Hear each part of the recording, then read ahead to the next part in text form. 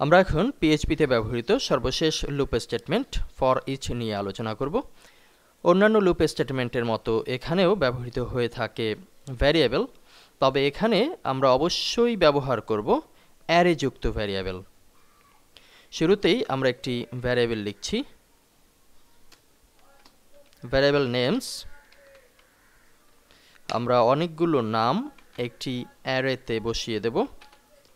যেহেতু পূর্বে আমরা অ্যারে সিস্টেম সম্পর্কে জেনেছি, এটি আমাদের জন্য বেশ সহায়ক হবে লেসনটি বোঝার ক্ষেত্রে।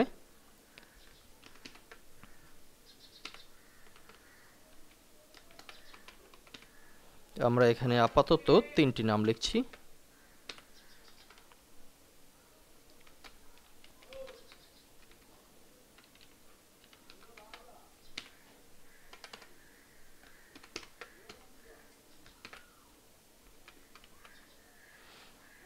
এর মধ্যে লিখেছি আল আমিন, আকরাম, নাইম। এবারে আমরা অ্যারেটি কল করব, অর্থাৎ নির্ধারিত ভ্যালুগুলোকে কল করা হবে ফর ইচ লুপের মাধ্যমে। ফর ইচ, EACH, দুটি ফার্স্ট ব্র্যাকেট এবং আগের মতোই সেকেন্ড ব্র্যাকেটের শুরু, সেকেন্ড ব্র্যাকেটের শেষ।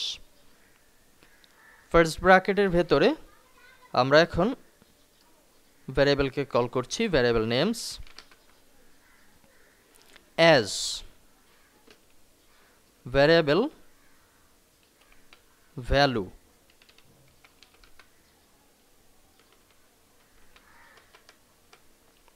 এখানে ভ্যালু বলতে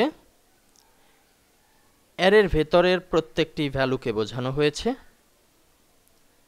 এবং নেমস এই ভ্যারিয়েবলটি হচ্ছে মূল ভ্যারিয়েবল। মূল ভ্যারিয়েবলের ভেতর থেকে ভ্যারিয়েবল ভ্যালু প্রকাশিত হবে। আমরা এখানে সেটিই কিন্তু বোঝানোর চেষ্টা করেছি। এ পর্যায়ে ইকো করব।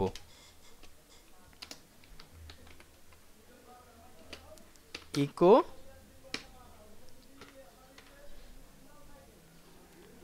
Variable value.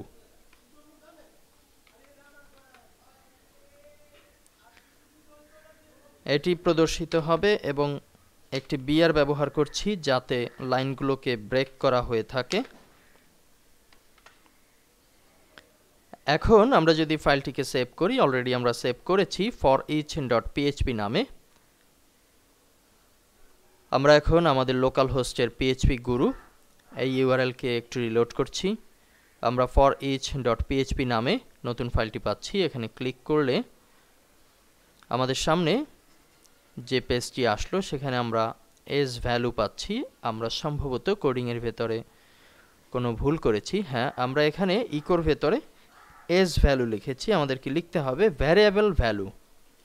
আবার একটু সেভ করে রিলোড করছি। এখন আমাদের সামনে কিন্তু আল আমিন, আকরাম, নাইম তিনটি আলাদা আলাদা ভ্যালু বিআর দেওয়ার কারণে, যেহেতু আমরা এখানে বিআর অর্থাৎ লাইনের ব্রেক করেছিলাম, নিচে নিচে প্রদর্শিত হচ্ছে। আমরা যদি এখন কোডের ভিতরে আর একটু পরিবর্তন আনি, ধরুন আমরা আরও একটি ভ্যারিয়েবল ব্যবহার করব। শুরুর দিকে একটি ভ্যারিয়েবল নিচ্ছি, ভ্যারিয়েবল নাম ইকুয়াল টু একটি মান দিচ্ছি 1। এ পর্যায়ে আমরা যদি ইকোতে লিখে দেই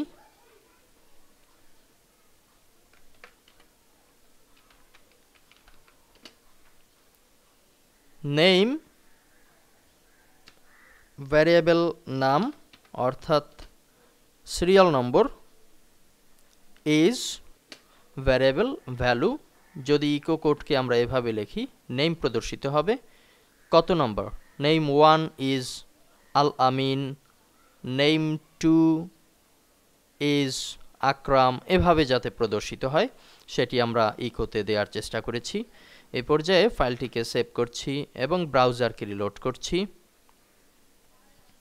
আমরা এখানে নেম 1 ইজ আল আমিন বারংবার নেম 1 দেখতে পাচ্ছি।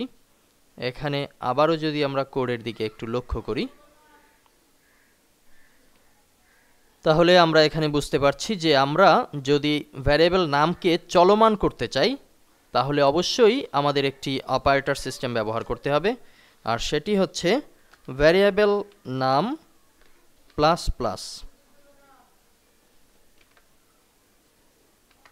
এ পর্যায়ে সেভ করে আমরা আবার একটু রিলোড করছি। এখানে একটি স্ট্রিং দেখতে পাচ্ছি, সিনট্যাক্স এরর, আনএক্সপেক্টেড ক্লোন পড়েছে। এখানে আমরা ক্লোনকে বন্ধ করে সেমিক্লোন ব্যবহার করব। Save, reload.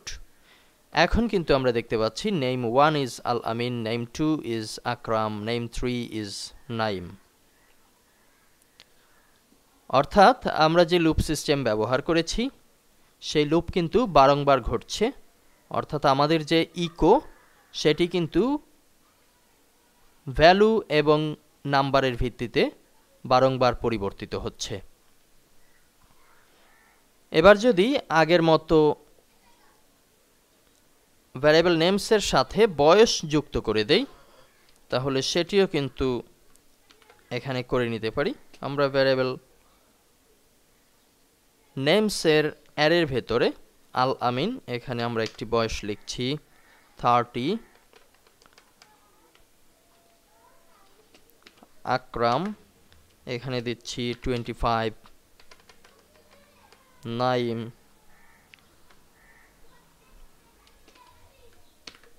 এখানে লিখছি 42। এ পর্যায়ে আমরা যদি সেভ করি ফাইলটিকে এবং রিলোড করলে আমরা এখানে দেখতে পাচ্ছি name 1 is 30, name 2 is 25, name 3 is 42। অর্থাৎ এই মুহূর্তে ভ্যালু হিসেবে, ভ্যারিয়েবল ভ্যালু যে আমরা ডিক্লেয়ার করেছি, ভ্যালু হিসেবে এখানে এজ কে বোঝানো হচ্ছে। তাই নাম প্রকাশের জন্য আমরা এখানে অ্যাজ এর পরে আরেকটি ভ্যারিয়েবল অন্তর্ভুক্ত করব। আমরা লিখছি ভ্যারিয়েবল কি, কিংবা অন্য কিছু লিখে দিতে পারি ভ্যারিয়েবল কি। পরবর্তীতে উপরে যে সাইন আমরা ব্যবহার করেছি ইকুয়াল কিংবা গ্রেটার দ্যান,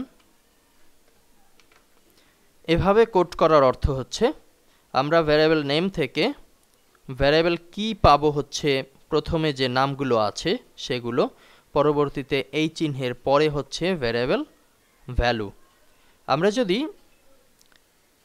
এখন ইকোর মাঝে এই ধরনের জিনিস তুলে দেই, অর্থাৎ এখানে নেম 1 ইজ আল আমিন, অর্থাৎ ভ্যারিয়েবল কি এখানে নাম জেনারেট হবে, অ্যান্ড হিজ এজ, এরপরে হচ্ছে ভ্যারিয়েবল ভ্যালু প্রকাশিত হবে। আমরা ফাইলটিকে সেভ করছি, পরবর্তীতে রিলোড।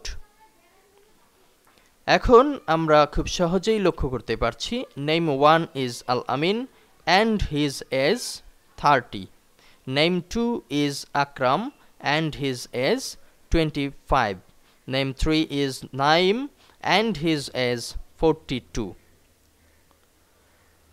অর্থাৎ আমরা যদি লুপ সিস্টেমকে ভালোভাবে রপ্ত করতে পারি, সবগুলো লুপ দরকার হবে না, হোয়াইল ফর এই দুটো লুপও যদি আমরা ভালোভাবে রপ্ত করতে পারি তাহলেই পিএইচপির ম্যাক্সিমাম কাজ আমরা খুব সহজে করে নিতে পারবো। ধন্যবাদ।